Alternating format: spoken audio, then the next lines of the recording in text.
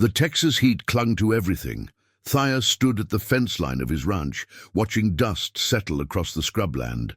The property stretched for miles, 3,000 acres of his late father's legacy, inherited 7 years ago.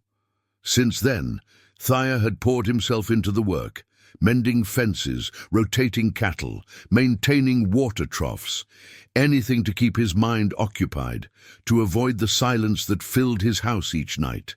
He was checking the fence posts when he saw it. A horse, moving with visible difficulty across the mesquite brush toward his property.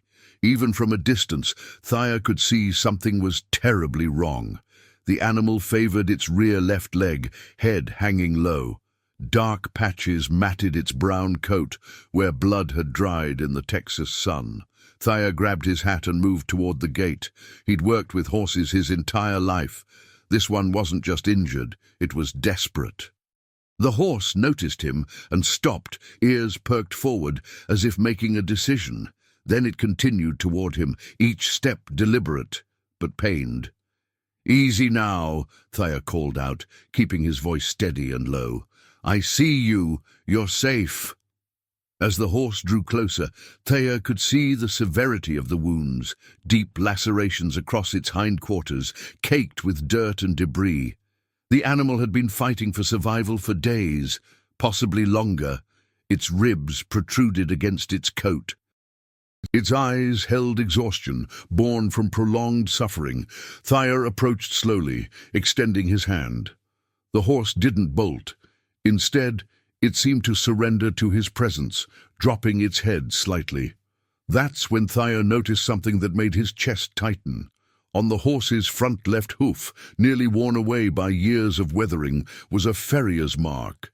A distinctive brand, 3 parallel lines, and a circle, unmistakable to anyone who'd seen it before. Thaya had seen that mark only once. Years ago, on a horse that had belonged to someone he'd worked hard to forget.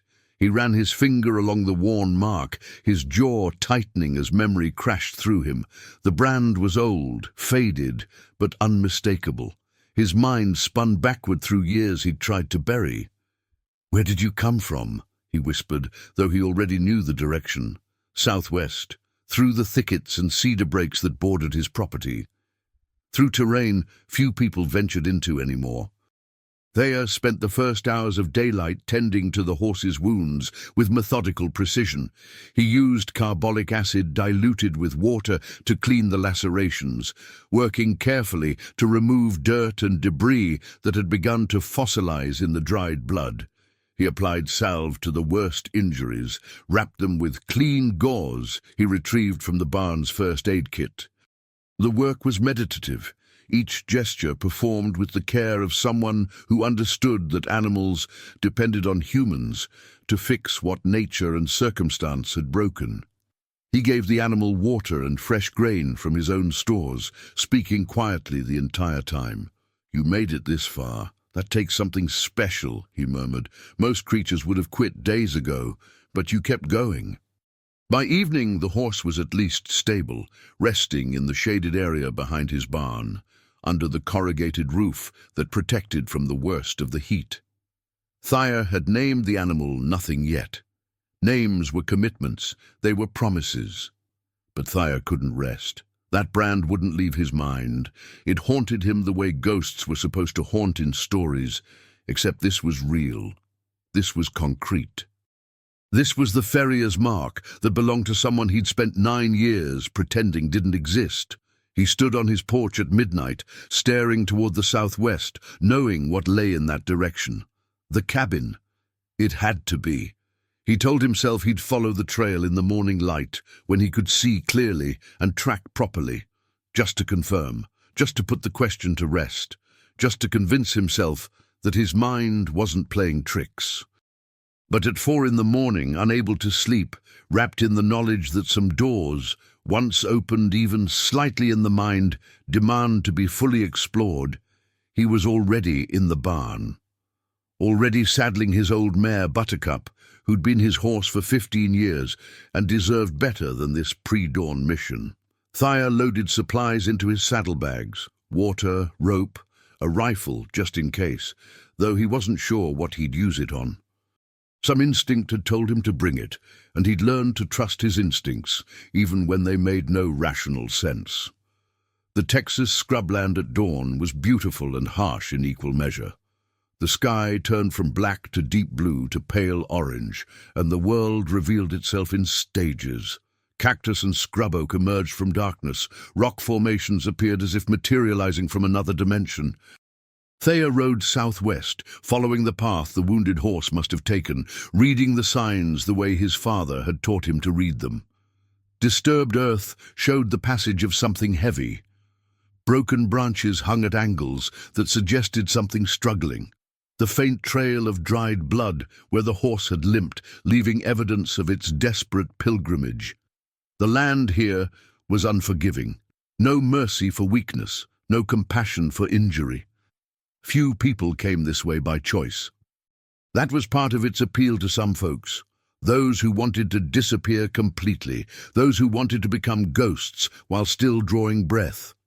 After 2 hours of careful tracking, with the sun climbing higher and the heat beginning its assault, Thea found the cabin. It sat in a clearing surrounded by live oak and juniper, so nestled into the landscape that it would have been easy to miss. The structure was old but maintained, not abandoned the way ruins usually looked.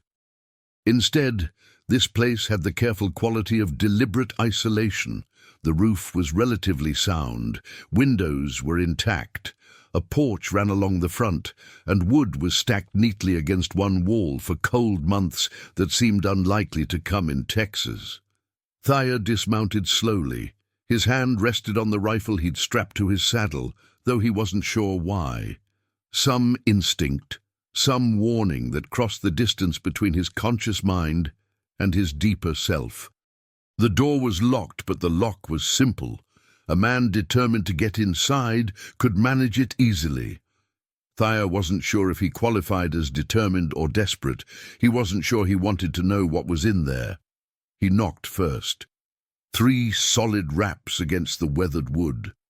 Nothing answered him but silence. Inside the cabin, dust hung in the air like suspended time, like years themselves made visible. Thea's eyes adjusted slowly to the dimness. There was a main room with a wood stove that hadn't been used in months, judging by the rust on its surface. A narrow bed in the corner, with a faded quilt folded carefully. Shelves with tin cans and glass jars, preserved vegetables, he realized, evidence of someone who'd planned for the seasons. A small table with a single chair, windows covered with cloth to block out the world. Everything organized with meticulous care, everything clean despite the accumulated dust that suggested months of abandonment. The silence inside the cabin was absolute. It had the quality of a tomb, the air of a place where someone had learned to live with their own company and nothing else. On the shelf beside a faded photograph was a journal. Thea could see it from where he stood, and his hands began to shake before he even crossed the room to reach it. There was something in his chest that knew, something primal that recognized before his conscious mind could catch up. The handwriting was careful, deliberate, the penmanship of someone who'd had time to work on their craft. The entries were dated, spanning back 9 years. 9 years of journal entries in a cabin no one had known existed. 9 years of a life deliberately lived in complete isolation. March 14th. The horse is healing well. I named her Star for the white mark on her forehead. She's the only company I keep out here, and I'm grateful for it. The silence is sometimes too loud, but the work keeps me sane. I ride out to the ridge and look toward where I know he must be, and I remind myself that staying away is the kindest thing I can do. Thea's hands trembled as he turned the pages, his heart hammered against his ribs with the force of something trying to break free. April 3rd. Thea was in town today. I saw him from a distance, saw his truck at the feed store. He looked older, worn down, broken in a way that might be my fault. I wonder if he knows I'm alive. I wonder if he's forgiven me. I don't think I could bear to know the answer. Some questions are too dangerous to answer. His breath came shallow, each word hitting him like a physical blow. June 12th. 9 years now. They must have stopped looking. Everyone's moved on except me. I moved on in the only way I knew how, by leaving, by disappearing. It's the kindest thing I could do for everyone, especially him. He deserves to live without the burden of knowing that I survived. He deserves to believe I'm at peace wherever I am. That thought has to be enough for me. The handwriting grew shakier as he moved through the months and years. August 7th. I haven't been to town in 3 years now, haven't seen another human face in even longer, but I can feel myself getting older, feel my body changing in ways that worry me. I get tired now where I didn't before. There are mornings when my chest aches and I can't catch my breath. I should be afraid, but mostly I'm just tired. His jaw clenched. October 2nd. I'm sick. I don't know what it is exactly, but I can feel something is very wrong in my body. I haven't been to town in years, haven't seen a doctor in even longer. Maybe it's time. Maybe I should finally stop running. Maybe I should finally let people know I'm alive, or at least leave behind an explanation for why I left. But I'm afraid. After all this time, the shame feels heavier than ever. It feels like it weighs more than I do. Thayer sank onto the narrow bed, the journal falling open in his lap. The final entries were harder to read, the letters becoming less controlled, more frantic in places. April 9th. If whoever finds this is reading it, know that I'm sorry. I'm so sorry. I'm sorry for everything. I'm sorry for leaving, for running, for hurting him when he needed me most. There are no excuses, only circumstances that felt impossible at the time. I was broken, and I didn't know how to be broken in front of him. I pray he forgives me, even though I know I don't deserve it. Tell him it wasn't his fault. None of it was his fault. There was no final explanation, no last words beyond regret and apology. The handwriting stopped abruptly, mid-sentence, as if the person writing had simply put down the pen and never picked it up again. Thayer knew that handwriting. He'd seen it on grocery lists left on kitchen counters, on birthday cards signed with love, on letters never sent. That handwriting belonged to Elowen, his sister, the sister who'd vanished 9 years ago after the accident that killed their father. The sister the police said had probably run off to escape guilt, that the locals whispered had abandoned him when he needed her most, that he'd convinced himself was dead because accepting her death felt easier than accepting her choice to stay gone. The cabin held more secrets than just the journal. Under the bed, wrapped carefully, Thayer found letters. Dozens of them, all addressed to him, never sent. Thayer, the first one began. I don't know if I'll ever send this, but I need to write it. I need you to know that the accident wasn't your fault. Father was reckless that day. He insisted on riding that stallion even though it was spooked. You warned him, I heard you. But he wouldn't listen. And when he fell, and when his neck broke, and when he died in the dirt with his eyes open, you stood there blaming yourself for something you had no control over. Thayer sat on the cabin floor, surrounded by the archaeology of his sister's isolation. Another letter, dated years later. I'm sick, Thayer. I think I'm really sick this time. I don't have the strength to leave this place anymore, and I'm not sure I want to. I've made a life here, in a strange way. I have my horse, Star, and my routines, and my garden. I have my memories of you, all of you. Sometimes I miss you so much I can barely breathe. But I'm not the person who left 9 years ago, and I don't know if I could survive being known again. The final letter in that same shaky handwriting. If you ever find this place, if you ever read these words, know that you were loved. You were always loved.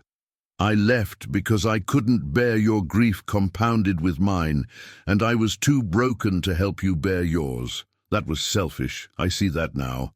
I've had 9 years to see it. But some choices, once made, create their own gravity.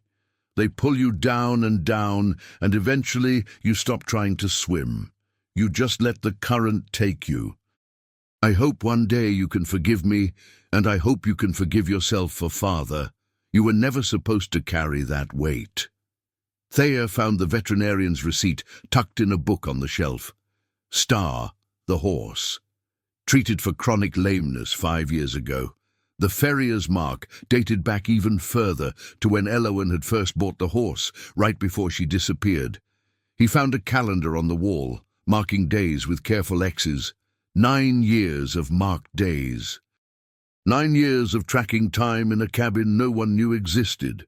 Thea spent that night in the cabin, unable to leave, unable to do anything but sit in the darkness and exist in the space his sister had inhabited for so long.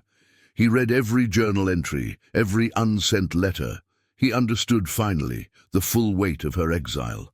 Their father's death had broken something in both of them, but in different ways. Thea had channeled his grief into work and silence.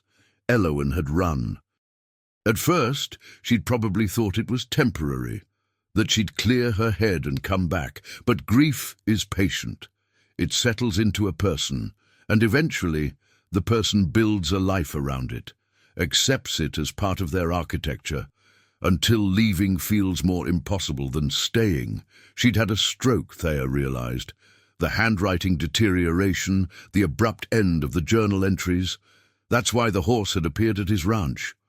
Star had broken free, searching for something, someone. Horses return to people. They carry loyalty that humans often fail to maintain. When Thea emerged from the cabin, he made phone calls. Not to the police, not yet. First, he drove to the county courthouse, to death records.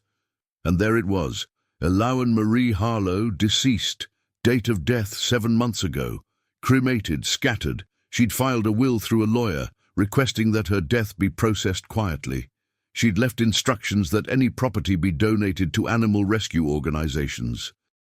Star had been included in those instructions, to be cared for or rehomed, but Star had other ideas. Thea brought the injured horse to a veterinary clinic in San Angelo. The vet confirmed what the journal implied. The animal was ancient, by horse standards, nearly 30 years old. The injuries were fresh, possibly just days old, from a final attempt to break through fence lines and find her way back to the only place she truly knew. They kept Star comfortable, but there was little to be done. The vet gave Thea the prognosis with professional gentleness. She's got maybe a few weeks. Her body's simply worn out. Thea spent those weeks at the cabin, then at the ranch with Star. He didn't speak to anyone about what he'd found. He couldn't quite bring himself to share Elowen's story, her 9 years of voluntary isolation, her careful documentation of her own slow disappearance. Instead, he sat with Star in the evenings, brushing her coat, talking to her about memories the horse had carried. She loved you, Thea told the old mare, his voice rough. She loved you more than she loved being alive. That's not weakness. That's the only kind of honesty some people can manage. When Star finally passed, 3 weeks later, Thea buried her beneath the largest live oak on his property. He marked the grave with a stone bearing her name and the dates of her life. Then he cleaned the cabin, locked it carefully, and left it undisturbed. Some places deserve to be preserved just as they are, monuments to the people who needed them. The letters and journals Thea kept, not to expose them, but to finally understand his sister, to finally forgive her for leaving, and in forgiving her, to forgive himself for surviving when she couldn't. The farrier's mark on Star's hoof had faded completely by the end, worn away by years and distance. But Thea would never forget it. That small detail, burned into an old horse's hoof, had brought him back to the sister he'd lost. In finding her grave, he'd finally learned how to stop grieving what he'd lost and start remembering what they'd had. The Texas scrubland held many secrets. Most of them were buried as deep as the roots of ancient oaks, but some secrets, finally discovered, had the power to transform a man.